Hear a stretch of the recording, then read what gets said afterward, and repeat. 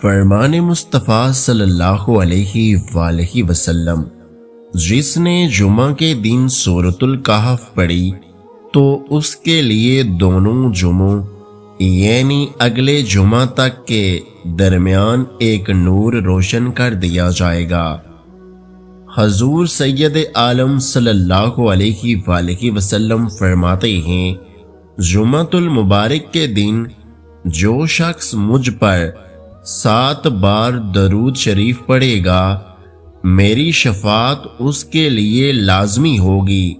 سورۃ الیاسین کو جمعہ کے دن پڑھنے والے کو مغفرت کی بشارت دی گئی ہے، اور سورۃ الدخان جمعہ کے دن یا رات کو پڑھنے والا دار دنیا میں ہی جنت میں اپنا محل دیکھ لیتا ہے۔ جمعہ مبارک، جمعہ کے دن یا رات میں انتقال کرنے والے کی خاص فضیلت۔ نبی کریم صلی اللہ علیہ وآلہ وسلم نے ارشاد فرمایا، جو مسلمان جمعہ کے دن یا جمعہ کی رات میں انتقال کرے، اللہ پاک قبر کی آزمائش سے اس کی حفاظت فرمائے گا۔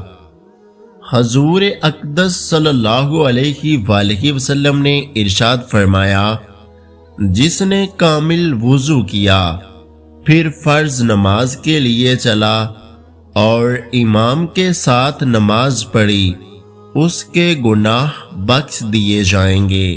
جمعہ مبارک، حضرت نوح علیہ السلام نے اپنے بیٹے کو نصیحت کرتے ہوئے فرمایا، میں تمہیں سبحان اللہ و بحمدہ پڑھنے کا حکم دیتا ہوں، کیونکہ یہ مخلوق کی تسبیح ہے اور اس کے سبب مخلوق کو رزق دیا جاتا ہے۔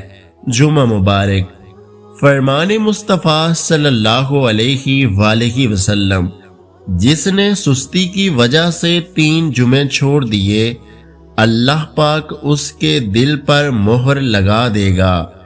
یعنی جو سستی کی وجہ سے جمعہ ادا نہ کرے، اس کے دل پر غفلت کی مہر لگ جائے گی، جس کی وجہ سے اس کے دل کے گناہ پر دلیر ہوں گے اور نیکی میں سست۔ جمعہ مبارک، جس نے جمعہ کی نماز کے بعد سورۃ الاخلاص، الفلق الناس، آخری 3 سورتیں اور سورۃ الفاتحہ 7 بار پڑھی تو آئندہ جمعہ پڑھنے تک اس کی حفاظت کی جائے گی۔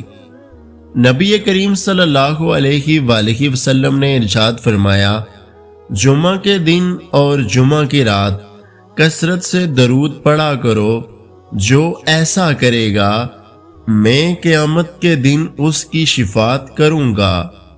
فرمان مصطفیٰ صلی اللہ علیہ وآلہ وسلم، اپنی جانوں پر، اپنی اولاد اور اپنے اموال پر بددعا نہ کرو، کہیں ایسا نہ ہو کہ قبولیت کی گھڑی ہو اور بددعا قبول ہو جائے۔